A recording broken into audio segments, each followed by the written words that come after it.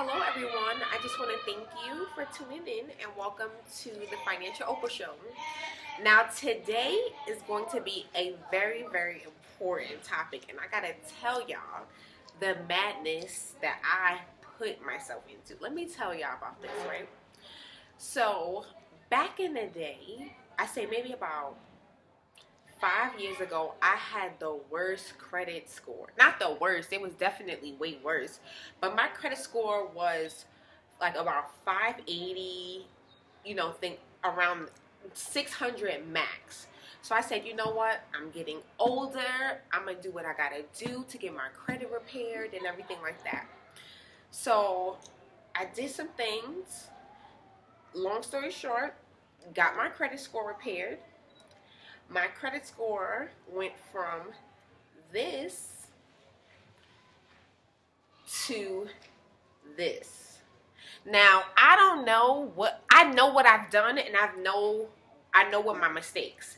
In this video, we're going to repair our credit together, because if I could repair my credit once, guess what? The second time, it got to be easier. So, let me explain to y'all what happened. So if any of y'all following me, I had repaired my credit. I was so happy.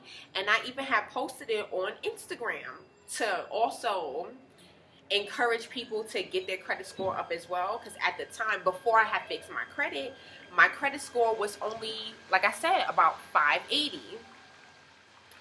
Now, there's two huge mistakes that I've made. Now, let me tell you a little bit about what happened. Now, I really wanted to buy a house last year. That was my goal for 2017. I had no idea that buying a house was going to be so costly in fees. Luckily, I had the money.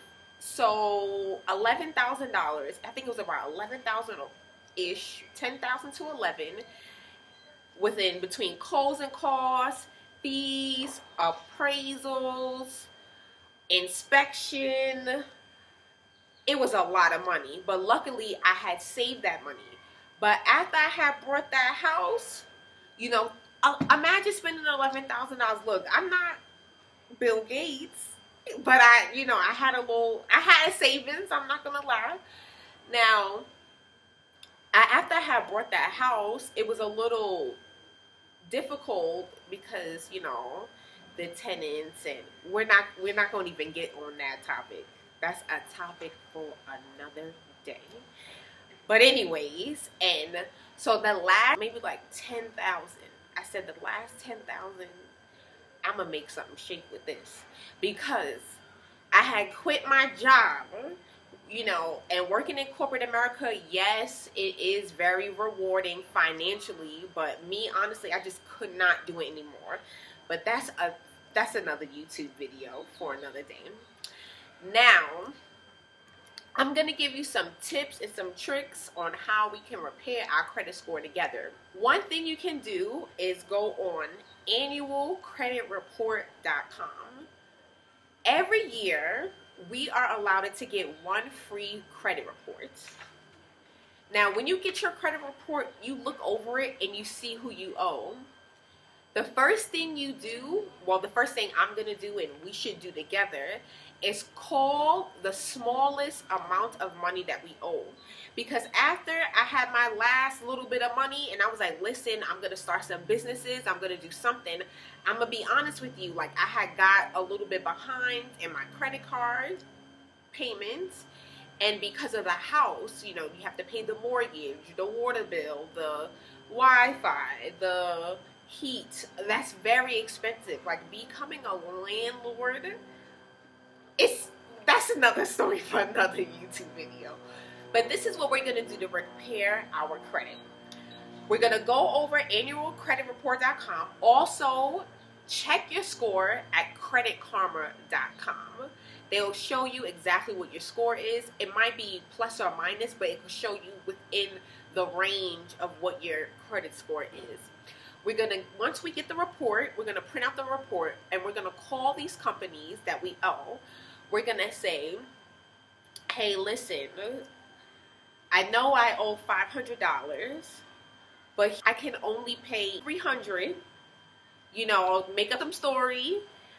I just graduated college. Even sometime, honestly, I did just graduate college, but I just graduated college. Getting a job is rough. You know, you know, that operator, they have a little soft spots from time to time. Get in there. So I have this $300. Let's pay this $300. You don't ask them. Don't ask anybody anything. You tell them. So listen, I'm going to pay this $300. We're going to, you know, part ways. We're going to close the account, whatever. And $300, they may say, okay, instead of $300, pay $350. We'll close the account and it'll be done and over with. Then boom, after the debt is paid, it gets removed off your credits report. Another thing that I messed up with is because I didn't want to use my liquid cash because I was invested in Bitcoin with that cash and I wanted to keep my money growing. I like my money to work for itself. What I was doing was using my credit cards like no tomorrow. So I said, listen, mind you, this is my, am I ever going to learn? I don't know. But honestly, this is my third time in $7,000 credit card debt. The third time. But it's okay because I'm going to get out of it real soon. What I set up a plan in which I'm going to pay my credit cards, all of them, $100. Then what I'm doing right now, I'm focusing on my Bank of America card because one, it has an annual fee, and Bank of America, that's neither here nor there. But I cannot wait to get rid of that card. Now, what we're going to do is called the snowball effect. I have read this in a book like many years ago about how to get out of credit card debt when I was in credit card debt the second time. Luckily, I watched the Susie Orman show and I hear people talking about $40,000, $50,000 in credit card debt, and I'm just like, wait, what? So my little $7,000 is nothing compared to a lot of what these people are going through, and I'm very grateful for that. I have wrote my goals for February 2018. I'm not sure if you can see them. Now, one of my goals is to pay $100 per week to my Spirit Airlines credit card. So this February, I'll be paying $400, and I'm just going to keep paying $100 per week on that particular card until the balance is completely paid for, while simultaneously paying $100 per month on my other 3 cards. So that is my goal, to focus on the card with the lowest balance so that when you do pay it off, you feel accomplished. You feel like, oh my God, like I got something done. Like I actually am. You can see yourself getting out of debt one card at a time. And ask them to reduce your interest rate. I actually have done that and it actually has worked. So call, because these credit card companies, these interest rates are outrageous. 23%, 30%, like what? And then they charge you a late fee of like $50, which is ridiculous. So call your credit card company and say, listen, I feel like this, you gotta, you know, sound like you're serious about this. Like, listen, my interest credit card rate is too high and I'm gonna leave this company because I have my other credit card interest rate that has 10%. Listen, make something up. They don't gotta know that you don't have a credit card that has 10% interest. And I feel like bringing all of my business to them, blah, blah, blah. Listen, get it done. So there's 3 steps. We're gonna call our credit card company to get our rates decreased. I haven't done that in a while, so I'm going to do that, and I'll update you guys on how it worked out. We are going to print our credit report on annualcreditreport.com. We're going to call who we owe and negotiate. We're going to negotiate these payments, okay? They don't need to get all of our money, all right?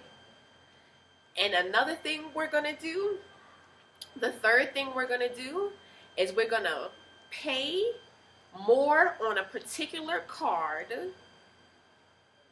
while we pay a certain amount on the other. So it'll be like a snowball effect. So one card will be paid off first, and then you pick another card after that card is completely paid off.